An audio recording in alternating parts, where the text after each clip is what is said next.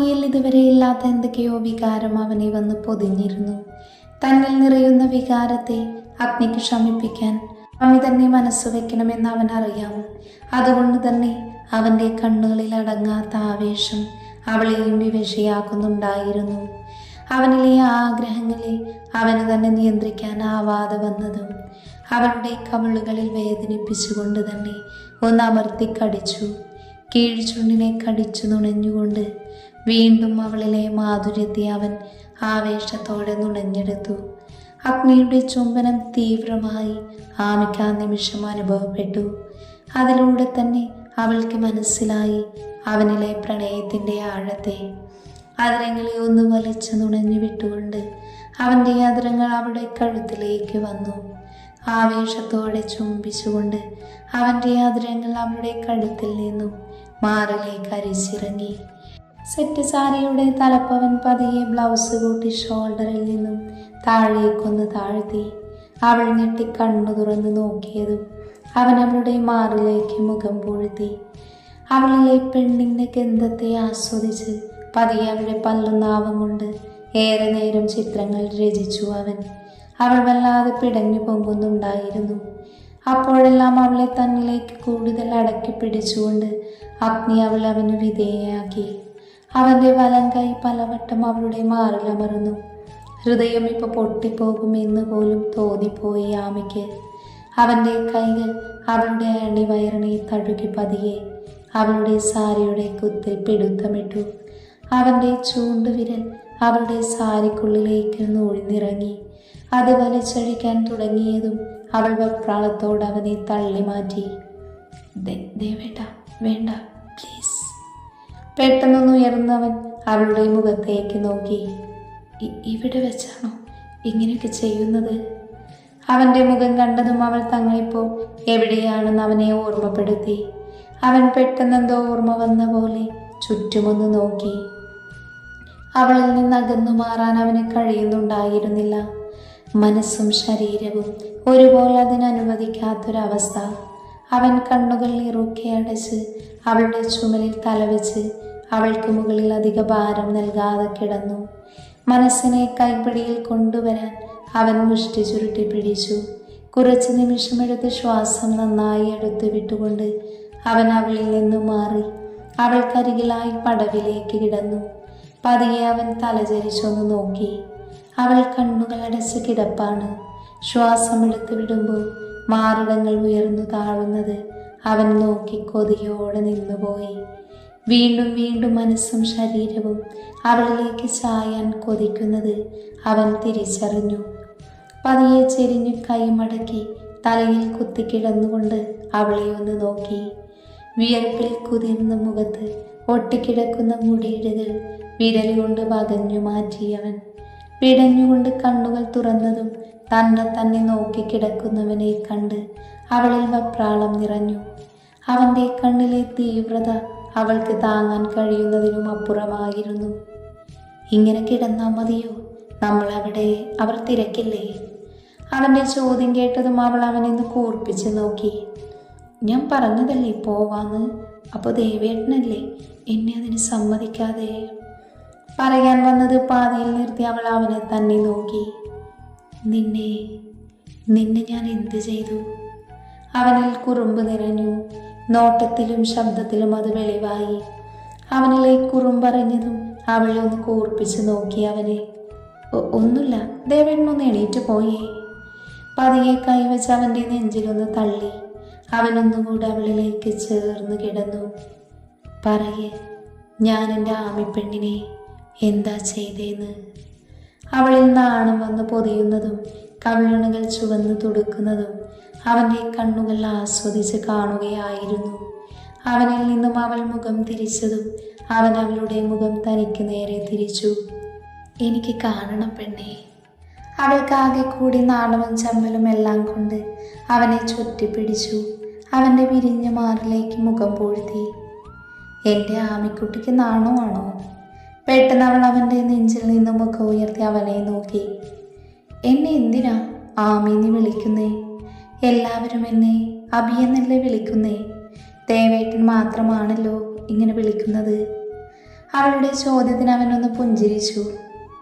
അതോ, പണ്ട് ഒരു 19 വയസ്സുകാരന് ഒരു പൊടിപ്പെണ്ണിനോട് പ്രണയം തോന്നിയ കഥ പറഞ്ഞു തരട്ടെ എൻ്റെ പെണ്ണിന്. അവൾക്ക് കാര്യം മനസ്സിലായില്ലെങ്കിലും കേൾക്കാൻ താല്പര്യമുള്ള പോലെ അവൻ്റെ കണ്ണുകളിലേക്ക് തന്നെ നോക്കിക്കിടന്നു. പണ്ട് ജീവിതം എന്താണെന്നറിയാതെ, ഇനി എങ്ങോട്ട് എന്ത് ചെയ്യുമെന്നറിയാതെ ഞാൻ പകച്ചു നിന്നൊരു കാലമുണ്ടായിരുന്നു എനിക്ക്. എല്ലാം ഉണ്ടായിട്ടും എൻ്റെ അച്ഛന് വേണ്ടിയാണ് അമ്മ ഒറ്റപ്പെട്ടു പോയത്. എൻ്റെ അനു, അവൾക്കെല്ലാ സൗഭാഗ്യങ്ങളും ഉണ്ടാവണം, അമ്മയെ നന്നായി നോക്കണമെന്നൊക്കെ ആയിരുന്നു എൻ്റെ ആകെയുള്ള ആഗ്രഹങ്ങൾ. എനിക്ക് വേണ്ടി പോലും ഒന്നും ആഗ്രഹിച്ചില്ല. ആദ്യമായി എനിക്ക് വേണമെന്ന് തോന്നിയ ഒന്നുണ്ട് ഈ ലോകത്ത്. അഗ്നിദേവ് അത്രമേൽ മോഹിച്ചൊന്ന്, എൻ്റെ ഈ ആമിയെ.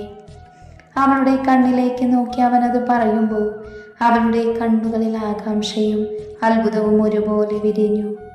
കാളിയാർ മഠത്തിൽ ഒരാളോടും ഒരടുപ്പവും ഉണ്ടാവാൻ പാടില്ല എന്ന് കരുതിയിരുന്നു.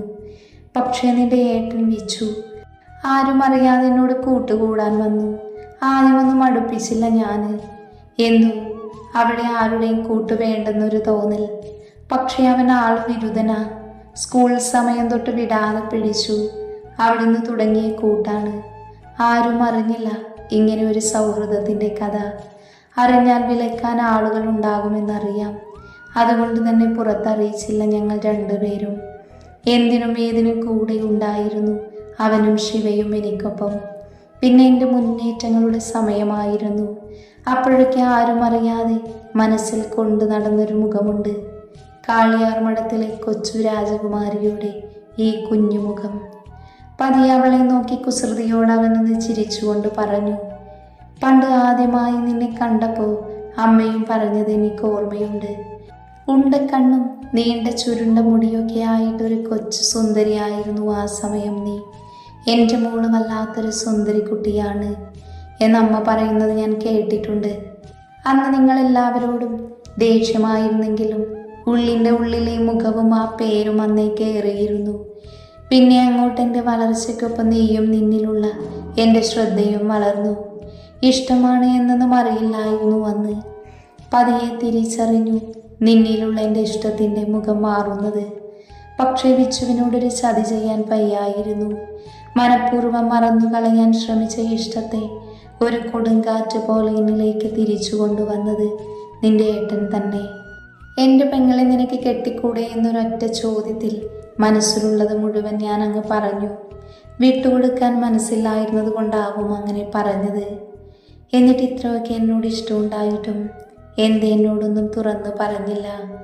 പരിഭവത്തോടാവുമ ചോദിച്ചു. അതിനെൻ്റെ മുഖത്തെങ്കിലും നീ നോക്കിയിട്ടുണ്ടോ? എന്നാലല്ലേ നിന്നോടൊന്ന് പറയാൻ പറ്റത്തുള്ളൂ. അതെനിക്ക് പേടിയായിട്ടാ. എന്തിന്? എപ്പോഴും ദേഷ്യമല്ലേ, ചിരിക്കൂലല്ലോ എന്നോട്. പിന്നെ ഇവിടെയുള്ളവർ കാണിച്ച കാര്യങ്ങൾ കൊണ്ട് എന്നോട് ദേഷ്യമാവുമെന്ന് ഓർത്തു ഞാൻ. പോട്ടെ, അന്ന് മൈൻഡ് ചെയ്യാത്തതിൻ്റെ പലിശ ചേർത്ത് ഇനി എങ്ങോട്ട് ഞാൻ മൈൻഡ് ചെയ്തോളാം. പോരെ എൻ്റെ ആമി പെണ്ണിന്? ഒന്ന് ചിരിച്ചുകൊണ്ട് അഗ്നി അവളെ കൂടുതൽ ചേർത്ത് പിടിച്ചു. ദേവേട്ടാ, നമുക്ക് പോവണ്ടേ? എല്ലാവരും തിരക്കില്ലേ? പോണോ? അതിനു മുന്നേ ഒരു കള്ളച്ചിരിയോട് അവൻ മുഖം അവളിലേക്ക് അടുപ്പിച്ചു. പെട്ടെന്നാണ് അഗ്നിയുടെ ഫോൺ ബെല്ലടിച്ചത്. അതെടുത്ത് നോക്കി അവനൊന്ന് ചിരിച്ചു. ഇത്ര ടൈമിംഗ് ഉള്ള ഒരുത്തനെ ഞാൻ കണ്ടിട്ടില്ല. എന്തൊരു ടൈമിംഗ് ആണ് നിന്റെ പൊന്നാങ്ങളേക്ക്. എപ്പോൾ നോക്കിയാലും കറക്റ്റ് ടൈമിൽ അവൻ വിളിച്ചോളും. തെണ്ടി. കള്ളഗൗരവത്തോട് അഗ്നി പറഞ്ഞു. ആമി അവൻ്റെ നെഞ്ചിൽ വിരലുകൾ കൊണ്ടൊന്ന് കുത്തി. അഗ്നി ഫോൺ അറ്റൻഡ് ചെയ്ത് ചെവിയോട് ചേർത്തു. എന്താടാ?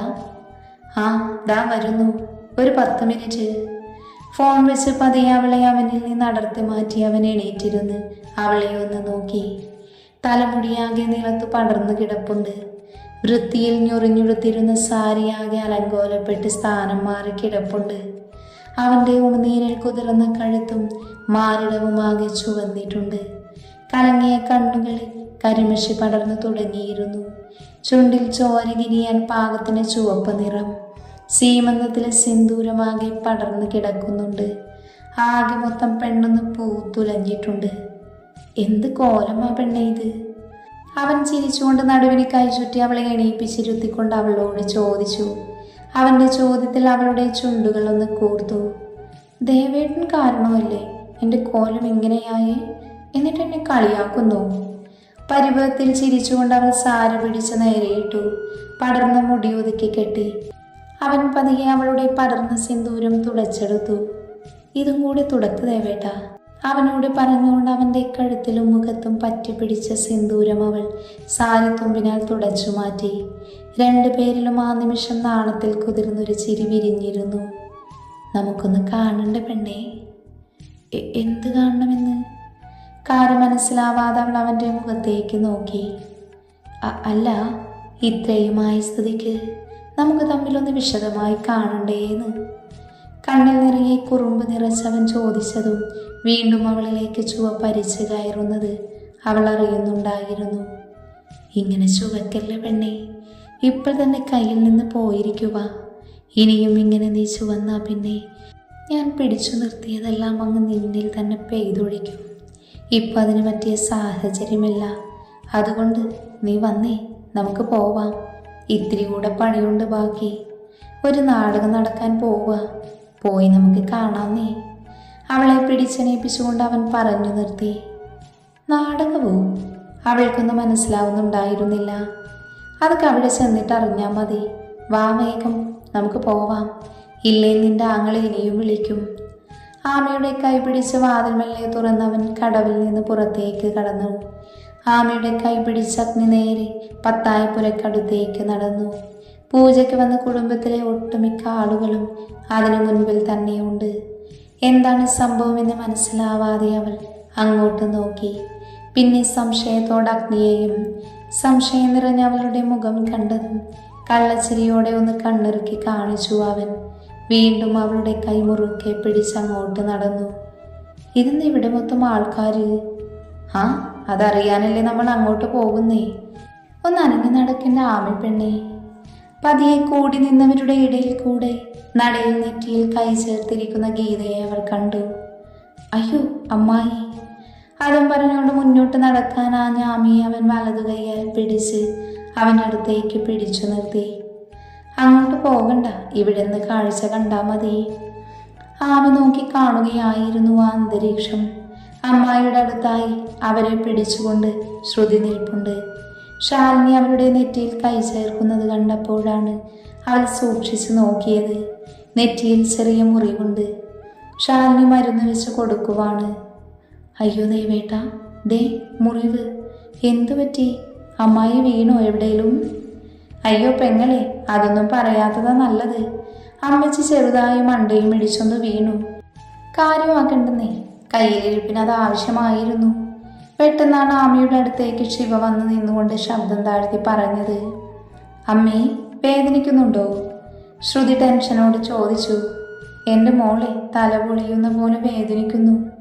ഷോ! ഗീത വേദനയോടെ കൈ നെറ്റിയിൽ അമർത്തി. ചേച്ചി, പോകുന്ന വഴി നമുക്ക് ആശുപത്രിയിൽ കയറി ഒരു ഇഞ്ചക്ഷൻ എടുക്കാം. അപ്പം വേദന കുറഞ്ഞോളും. ആഴത്തിലുള്ള മുറിവല്ല, എന്നാലും ചെറിയ ചതവുണ്ടെന്ന് തോന്നുന്നു. ശാലിനി മരുന്ന് വെക്കുന്നതിനിടയിൽ പറഞ്ഞു. അയ്യോ അമ്മായി, തലച്ചോറൊക്കെ ചതഞ്ഞു കാണുമോ?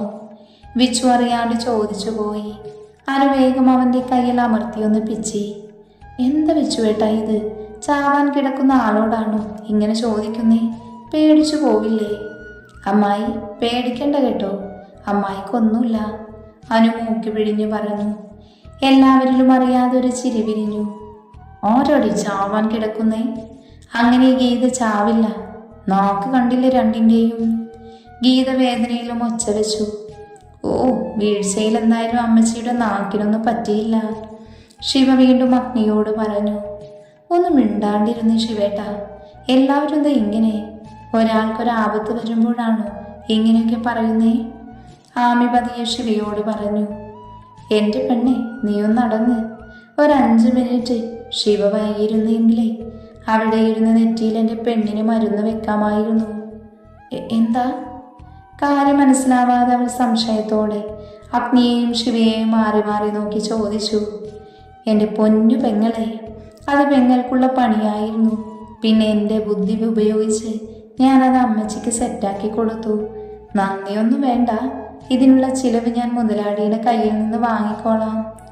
ഡാഡാ, വേണ്ട വേണ്ട, നീ എൻ്റെ നെഞ്ചത്തോട്ട് വരേണ്ട. അഗ്നിയെ നോക്കി പറഞ്ഞവനെ അവൻ കൈ ഉയർത്തി തള്ളാനാഞ്ഞുകൊണ്ട് അഗ്നി തിരിച്ചു പറഞ്ഞു. ഇപ്പോഴും വിച്ചുവും മനുവും ഗീതയും തമ്മിലുള്ള അടിപിടി മുന്നേറിക്കൊണ്ടിരിക്കുകയാണ്. അവസാനം ശാലിനി തന്നെ എല്ലാവരെയും പിരിച്ചുവിട്ടു. ഗീതയെ താങ്ങിപ്പിടിച്ച് ശ്രുതിയും കൂടെ പോയി. ശരണും ബാക്കി കുടുംബാംഗങ്ങളും അവർക്ക് പിന്നാലെയും. അപ്പോഴും ഒന്നും മനസ്സിലാവാതെ ആമി സംശയത്തോടെ അതേ നിൽപ്പ് നിന്നു. ഈ കുഞ്ഞു തല പുകയ്ക്കേണ്ട പെണ്ണെ, നീ അനുവിൻ്റെ കൂടെ പൊക്കോ. കാര്യമൊക്കെ ഞാൻ പിന്നെ പറഞ്ഞു തരാം. അനു, നിങ്ങളങ്ങ് പൊക്കോ, ഞങ്ങൾ വന്നേക്കാം. അനുവിനടുത്തേക്ക് വിളിച്ചു അഗ്നി പതിയെ അവളുടെ അടുത്തേക്ക് ആമിയെ പറഞ്ഞു വിട്ടു. അവൾ പതിയെ അവനെ നോക്കി തലയാട്ടി അനുവിനോടൊപ്പം മുന്നോട്ട് നടന്നു. വിച്ചു അവർ നടന്നകന്നുന്നതും പതിയെ അഗ്നിയുടെയും ശിവയുടെയും അടുത്തേക്ക് വന്നു. അങ്ങനെ അത് സോൾവായി അല്ലേ? വിച്ചു അവരെ രണ്ടുപേരെയും നോക്കി ചോദിച്ചു. ആശ്വസിക്കാൻ വരട്ടെ, ഇതിവിടം കൊണ്ട് തീരില്ല. ഇന്നെന്തെങ്കിലും നടക്കുമെന്ന് എനിക്ക് ഉറപ്പുള്ളത് കൊണ്ട് ഞാൻ ശിവയോടൊന്ന് ശ്രദ്ധിക്കാൻ പറഞ്ഞത്. അതിപ്പോ ഫലം കണ്ടില്ലേ? അഗ്നി നടന്നകലുന്ന ആമിയെ നോക്കി പറഞ്ഞു. പാവം ശ്രുതി മേഡം, എന്ത് ചെയ്യാനാ? പണിക്ക് വന്ന ബംഗാളിയോടെ പത്തായപ്പുരക്ക് പുറത്തു വരുന്ന പെണ്ണിനെ പിടിച്ചു തള്ളിയിട്ട് വീഴ്ത്താൻ പറഞ്ഞപ്പോ ഫോട്ടോ കാണിക്കാൻ കൊച്ചു മറന്നുപോയി.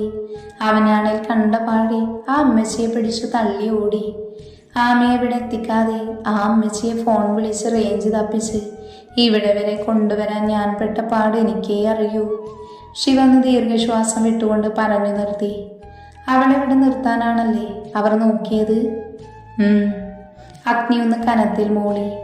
പക്ഷേ എൻ്റെ ചിറകിൻ്റെ കീഴിൽ നിന്ന് അവളെ അടർത്തി മാറ്റണമെങ്കിൽ ഈ പദ്ധതികളൊന്നും മതിയാവില്ല എന്നവരെന്താ ഓർക്കാത്തത്? ഇതിനൊക്കെ തിരിച്ചു കൈനീട്ടി വാങ്ങാൻ ജീവൻ ബാക്കി ഉണ്ടായിരുന്നാൽ മതി എല്ലാത്തിനും. അഗ്നി കുറച്ച് ദേഷ്യത്തിൽ പറഞ്ഞു. വാ അഗ്നി, നമുക്ക് അങ്ങോട്ട് പോകാം. വിഷയം മാറ്റാനെന്നോണം വിച്ചു പറഞ്ഞു നിർത്തി. വിച്ചു അവരെയും കൂട്ടി വീട്ടിലേക്ക് നടന്നു. അങ്ങനെ കുറച്ച് സമയത്തിനു ശേഷം എല്ലാവരും യാത്ര പറഞ്ഞിറങ്ങുമ്പോൾ ശ്രുതിയുടെ മുഖത്ത് പദ്ധതികളെല്ലാം പാളിപ്പോയതിൻ്റെ നിരാശ തെളിഞ്ഞു കാണാമായിരുന്നു. ശരണിൽ അവളെ വിശ്വസിച്ചു ഈ അവസരം പാഴാക്കിയതിൻ്റെ ചെറിയ നിരാശ നിഴലിച്ചു നിന്നു. എന്നാൽ ഇതൊന്നും മൈൻഡ് ചെയ്യാതെ അഗ്നി ആമയെ ചേർത്തു നിർത്തി കാറിലേക്ക് കയറ്റുമ്പോൾ തികഞ്ഞ ആത്മവിശ്വാസമായിരുന്നു അവനിൽ. തന്നിൽ നിന്ന് ആർക്കും അവളെ അടർത്തി മാറ്റാനാവില്ല എന്ന ഉറച്ച വിശ്വാസം. എതിരാളികൾക്കായുള്ള ആയുധങ്ങൾ അവനു പക്കൽ ഭദ്രമായിരുന്നു. വിച്ചുവിൻ്റെ കണ്ണുകളിൽ നിറയെ കുറുമ്പായിരുന്നു. തിരിഞ്ഞു നോക്കി നോക്കി പോകുന്ന അനുവിനെ ചുണ്ട് കൂർപ്പിച്ച് ഉമ്മ കൊടുക്കുമ്പോൾ നടുമ്പുറത്ത് കിട്ടിയ ഊക്കോടെയുള്ള അടിയിലാണ് അവൻ പരിസരബോധത്തിലേക്ക് കൊണ്ടുവന്നത്. തൊട്ടരികിൽ തന്നെ കണ്ണു കൂർപ്പിച്ച് നോക്കുന്ന സ്വന്തം അച്ഛനെ കണ്ട് അവൻ വല്ലാത്തൊരു ഇളിയിളിച്ചു. എന്നാൽ കൃഷ്ണൻ അവനെ ഒന്ന് ദേഷ്യത്തിൽ കൂർപ്പിച്ചു നോക്കി. അന്ന് രാത്രി അഗ്നിയുടെ നെഞ്ചിൽ തലചായ്ച്ച് കിടക്കുകയാണ് ആമി. അവൻ്റെ വിരലുകൾ അവളുടെ മുടിയിടകളിൽ തഴുകുന്നുണ്ട്. രണ്ടുപേരും ഉറങ്ങിയിരുന്നില്ല. ദേവേട്ടാ, ദേവേട്ടാ, എന്താടാ? ഇന്നെനിക്ക് സംഭവിക്കേണ്ടതാണോ അമ്മായിക്ക് സംഭവിച്ചത്? എന്തേ അങ്ങനെ തോന്നാന്? അഗ്നി ചോദിച്ചതും അവൻ്റെ നെഞ്ചിൽ താടി കുത്തി അവൾ തല ഉയർത്തി അവനെ ഒന്ന് നോക്കി. നിങ്ങളൊക്കെ പറയുന്ന കേട്ടപ്പോൾ അങ്ങനെ തോന്നി എനിക്ക്. ശിവേട്ടനും പറഞ്ഞില്ലേ? അഗ്നി മറുപടി പറയാതെ വീണ്ടും അവളുടെ മുടിയിലൂടെ വിരലോടിച്ചു. എന്തോന്നും പറയാതെ, അങ്ങനെയാണോ? അഗ്നി ഒന്ന് അമർത്തി മൂളി. ആരാ അത്? എന്നോട് എന്തിനാ ഇത്ര ദേഷ്യം അവർക്ക്? സംശയം കുറേ ഉണ്ടല്ലോ എൻ്റെ ആമിപ്പെണ്ണിന്. അതൊക്കെ പതിയെ നമുക്ക് തീർക്കാന്നേ. നിനക്ക് പേടിയുണ്ടോ എന്തേലും പറ്റുമോന്ന്? എന്തിന്? എനിക്കറിയാം ദേവേട്ടൻ കൂടെയുള്ളപ്പൊന്നും വരില്ല എന്ന്. പിന്നെന്തിനാ ഞാൻ പേടിക്കുന്നത്? അവളുടെ ചിരിയോടെയുള്ള മറുപടിയിൽ അവൻ്റെ ചുണ്ടിലും ഒരു പുഞ്ചിരി മിന്നിമാഞ്ഞു. പക്ഷേ സൂക്ഷിക്കണം പെണ്ണേ, ഞാൻ കൂടെയില്ലെങ്കിലും സൂക്ഷിച്ചു കണ്ടും ഓരോന്ന് ചെയ്യാവൂ. നമുക്ക് ചുറ്റും അപകടം പതിഞ്ഞിരിപ്പുണ്ട്. ചിലരെയൊക്കെ നമ്മൾ സൂക്ഷിക്കണം. മനസ്സിലാവുന്നുണ്ടോ നിനക്ക്? പതിയൊന്ന് മൂളിക്കൊണ്ട് അവൻ്റെ നെഞ്ചിൽ അവൾ മുഖമുട്ടുരസി. ദേ പെണ്ണേ, വേണ്ട കേട്ടോ. എന്നെ വെറുതെ പ്രലോഭിപ്പിച്ചാലേ ലാസ്റ്റ് നീ കിടന്ന് കരയും. പിന്നെ എന്നെ പറഞ്ഞിട്ട് കാര്യമുണ്ടാവില്ല കേട്ടോ.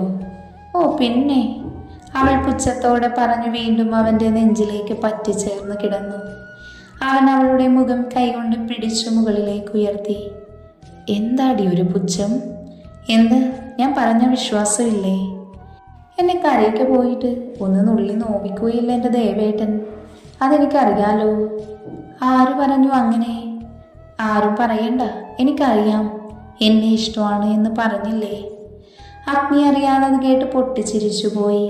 അവന് ചിരിയടക്കുവാനായില്ല. അവൾ അവൻ്റെ നെഞ്ചിൽ നിന്നും പിണങ്ങി പിടഞ്ഞെണീക്കാൻ ആഞ്ഞതും അവൻ അവളെ വലിച്ച് നെഞ്ചിലേക്കിട്ടു. അവളുമായൊന്ന് മറിഞ്ഞു. അവൾക്ക് പെട്ടെന്ന് എന്താണ് നടന്നെന്ന് മനസ്സിലായില്ല. നോക്കിയപ്പോൾ തനിക്ക് മുകളിൽ കൈകൾ കുത്തി തൻ്റെ മുഖത്തേക്ക് നോക്കിക്കിടക്കുന്ന അഗ്നിയെയാണ് അവൾ കാണുന്നത്. ആര് പറഞ്ഞു ഞാൻ നിന്നെ വേദനിപ്പിക്കില്ലെന്ന്? എനിക്കിടയ്ക്കൊക്കെ എൻ്റെ അമ്മയെ നോവിക്കാൻ തോന്നാറുണ്ട്. അവൻ പറഞ്ഞതും അവളുടെ ആദരങ്ങൾ പരിഭവത്താൽ കൂർത്തു. ദേ, ഈ ആദരങ്ങൾ കടിച്ചെടുത്ത് നോവിക്കാൻ തോന്നും. നീ ഒളിപ്പിച്ചു വെച്ചിരിക്കുന്നതെല്ലാം കട്ടെടുത്ത് നിന്നെ വേദനിപ്പിക്കാൻ തോന്നും. എന്നിലേക്ക് മാത്രം നിന്നെ അണച്ചു പിടിച്ച് നിന്നിലേക്ക് ആഴ്ന്നിറങ്ങി നിന്നെ വേദനിപ്പിക്കാൻ തോന്നും. പിന്നെ നിന്റെ അവളുടെ മേൽ പകുതി ശരീരഭാരം ഇറക്കി വെച്ച് വല്ലാത്ത വശ്യതയോടെയുള്ള അവൻ്റെ വാക്കുകൾ കേട്ടതും ബാക്കി കേൾക്കാൻ കഴിയാത്ത പോലെ അവളുടെ കൈ അവൻ്റെ ആദരങ്ങൾക്ക് കുറുകെ വെച്ചു. അവൻ നോക്കി കാണുകയായിരുന്നു അവളെ. തൻ്റെ വാക്കുകൾക്ക് പോലും വിവശയാകാൻ സാധിക്കുന്നുണ്ടവൾ. അവളുടെ വിറയൽ അഗ്നിക്ക് അവൻ്റെ ശരീരത്തിൽ അറിയാൻ കഴിഞ്ഞു. അവൻ്റെ വിരിഞ്ഞ നെഞ്ച് അവളുടെ മൃദുലമായ മാറിലേക്ക് അമർന്നു. വേദനയിലും വികാരത്തിലും അവളൊന്ന് ഉയർന്നു പൊങ്ങാൻ ശ്രമിച്ചെങ്കിലും അവൻ്റെ ശരീരം അവളെ അതിനനുവദിച്ചില്ല. പതിയെ അവളുടെ കഴുത്തിടുക്കിലേക്ക് മുഖം പൊഴുത്തിയവൻ തെളിഞ്ഞു കാണുന്ന അവളുടെ നീല ഞരമ്പുകൾ കൂടെ അവൻ കടിച്ചെടുത്ത് നുണഞ്ഞു. അവളെ പല്ലുകളാഴ്ത്തി. ദേവേട്ട. പതിയെ അവളുടെ ചെവിയെ ഒന്ന് നുണഞ്ഞുകൊണ്ടവൻ അവളുടെ കാതിലായി പറഞ്ഞു. ഇങ്ങനെ പലപ്പോഴും പല രീതിയിൽ നിന്നെ നോവിക്കാൻ എനിക്ക് കൊതി തോന്നാറുണ്ട്. ഒരു ദിവസം നിനക്ക് ഞാൻ സുഖമുള്ളൊരു നോവ് പകർന്നു തരും പെണ്ണെ. അന്ന് നിന്നെ എൻ്റെ ശരീരത്തോടും ആത്മാവിനോടും ഞാൻ ചേർത്ത് വയ്ക്കും. കാതുകളെ കുളിരണിയിപ്പിച്ചുകൊണ്ട് കാറ്റുപോലെ വശ്യമായ അവൻ്റെ ശബ്ദത്തിൽ അവളൊന്ന് വിറച്ചു പോയിരുന്നു. അത്രത്തോളം വശ്യത നിറഞ്ഞിരുന്നു അവൻ്റെ ശബ്ദത്തിൽ. അവൻ്റെ പുറത്ത് അവളുടെ വിരലുകൾ അമർന്നു. കാറ്റുപോലും കടക്കാത്ത വിധം അവൾ അവനെ ഇറുക്കെ പുണർന്നു. അവൻ പതിയെ അവളുടെ നെറ്റിയിൽ ചുംബിച്ച് അവളെ തന്നോട് അടക്കി പിടിച്ചുകൊണ്ട് നേരെ കിടന്നു. കണ്ണു തുറക്കാതെ ഇറുക്കെ അടച്ചു കിടക്കുന്നവളെ കണ്ടതും അവന് കുസൃതി തോന്നി. അവൻ്റെ കൈവിരലുകൾ അവളുടെ ഇടുപ്പിലൂടെ വല്ലാത്തൊരു തലത്തിൽ അലഞ്ഞു നടന്നതും അവൾ ചിനുങ്ങിക്കൊണ്ട് അവൻ്റെ കഴുത്തിടുക്കിലേക്ക് മുഖം ചേർത്ത് വെച്ചൊന്ന് മൂളി. ദേവേട്ട, വേണ്ട, ഇക്കിളിയാവുന്നുണ്ട് കേട്ടോ. അത് തന്നെ പെണ്ണെ എനിക്കും പറയാനുള്ളത്. വേണ്ട കേട്ടോ. ഒന്നാമത് ഞാൻ പിടിവിട്ട് പോകാറായി നിൽക്കുക. നീ ചുമ്മാ മനുഷ്യനെ ഓരോ ശബ്ദം ഉണ്ടാക്കി മുട്ടി ഉരുമി വഴിതെറ്റിക്കല്ലേ.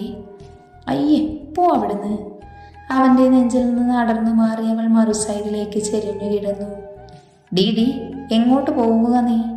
നിന്നോട് ഞാൻ പറഞ്ഞിട്ടുണ്ട് നിന്റെ ഉറക്കം ഇവിടെ എൻ്റെ നെഞ്ചിൽ മതിയെന്ന്.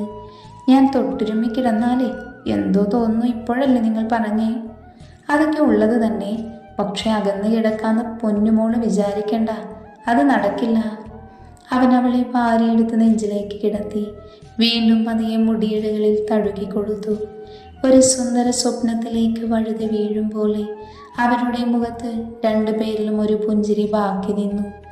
അഗ്നിക്ക് തൻ്റെ പെണ്ണിനെ എല്ലാത്തതിലും സ്വന്തമാക്കണമെന്ന് തോന്നി തുടങ്ങിയിരുന്നു. അതിന് തന്നെ പെണ്ണും ആഗ്രഹിക്കുന്നുണ്ട് എന്ന് ആമയുടെ ഓരോ പ്രവൃത്തിയിൽ നിന്നും അവന് മനസ്സിലായിരുന്നു. എന്നാലും കുറച്ചുകൂടെ കഴിയട്ടെ. എൻ്റെ പ്രണയം അവളിലേക്ക് ഒഴുകുമ്പോൾ അത് തീവ്രമായിരിക്കും. അതിൻ്റെ ആമയ്ക്ക് താങ്ങാൻ കഴിയുമോ എന്ന പേടിയും അവനിൽ നിറഞ്ഞു നിന്നു. അങ്ങനെ സുന്ദരമായ സ്വപ്നങ്ങൾ കണ്ട് രണ്ടുപേരും ഉറക്കത്തിലേക്ക് വഴുതി വീണു. ഇതേ സമയം മറ്റൊരിടത്ത് കയ്യിലുള്ള ഗ്ലാസ്സിലെ മദ്യം മുഴുവനായും വായിലേക്ക് കമഴ്ത്തി കസേരയിലേക്ക് ഒന്നുകൂടെ ശരൺ ചാഞ്ഞിരുന്നു. അവൻ്റെ കൂടെ തന്നെ ഭദ്രനും ഉണ്ടായിരുന്നു. അഗ്നിയോടൊപ്പം ചേർന്ന് നിൽക്കുന്ന ആമയുടെ മുഖം അവൻ്റെ മനസ്സിൽ കൂടുതൽ മിഴിവോടെ തെളിഞ്ഞു വന്നു. ഇല്ല, നീ അവനോടൊപ്പം ചേർന്ന് നിൽക്കുമ്പോൾ വേദനിക്കുന്നത് എനിക്കാണ്. തോറ്റു പോകുന്നത് ഞാനാണ്. ഒരുപാട് ആഗ്രഹിച്ചതാ ഞാൻ. അതാണ് അവൻ്റെ സ്വന്തമെന്ന് പറഞ്ഞവൻ ചേർത്തു നിർത്തുന്നത്. ഞാൻ ജീവിച്ചിരിക്കും അതിന് സമ്മതിക്കില്ല ഞാൻ. കലിയോടെ ശരൺ കുപ്പിയോടെ മദ്യം വായിലേക്ക് കമഴ്ത്തി. ഇനി അധികം വൈകിക്കൂടാ. എല്ലാം കൈപ്പിടിയിൽ നിന്ന് വഴുതി പോകാതെ നോക്കണം. ഈ ശരൺ എന്ത് മോഹിച്ചാലും അത് പെണ്ണായാലും മണ്ണായാലും അവസാനം ശരണിൻ്റെ കയ്യിൽ തന്നെ വന്നുവിടും. ശരണിൻ്റെ ഓരോ വാക്കുകളും കേട്ട് ഭദ്രൻ കേട്ടു നിൽക്കുവാണ്. നീ ഒന്ന് സമാധാനിക്ക് ശര, നമുക്ക് ശരിയാക്കാം. എന്തൊക്കെയോ മനസ്സിൽ കണക്ക് കൂട്ടി ഭദ്രൻ പറഞ്ഞു. അത് പറ്റില്ല ഭദ്രൻ. ഇനിയും അവരെ വിട്ടാൽ പിന്നെ അവരെ പിരിക്കാനേ നമുക്ക് കഴിഞ്ഞെന്ന് വരില്ല. അത്രത്തോളം അവർ രണ്ടും അടുക്കും. അതുകൊണ്ട് അതിന് നമ്മൾ സമയം കൊടുക്കേണ്ട. അതും പറഞ്ഞു ശരൺ വേഗത്തിൽ ഫോണെടുത്ത് ശ്രുതി എന്ന് സേവ് ചെയ്ത നമ്പറിലേക്ക് ഒരു മെസ്സേജ് അയച്ചു. ശേഷം നിലത്തുറക്കാത്ത കാലുകൾ വലിച്ചു നടന്ന് ബെഡിലേക്ക് വീണു. എന്നാൽ ഇതെല്ലാം കണ്ട് ഭദ്രൻ അവിടെയുള്ള കുപ്പിയിലെ മദ്യം അവൻ ഒറ്റ വലിക്ക് കുടിച്ചു തീർത്തു. ആ സമയം അവൻ്റെ മനസ്സിലും ആമയുടെ വെണ്ണക്കൽ ശില്പം പോലെയുള്ള ശരീരം മാത്രമായിരുന്നു.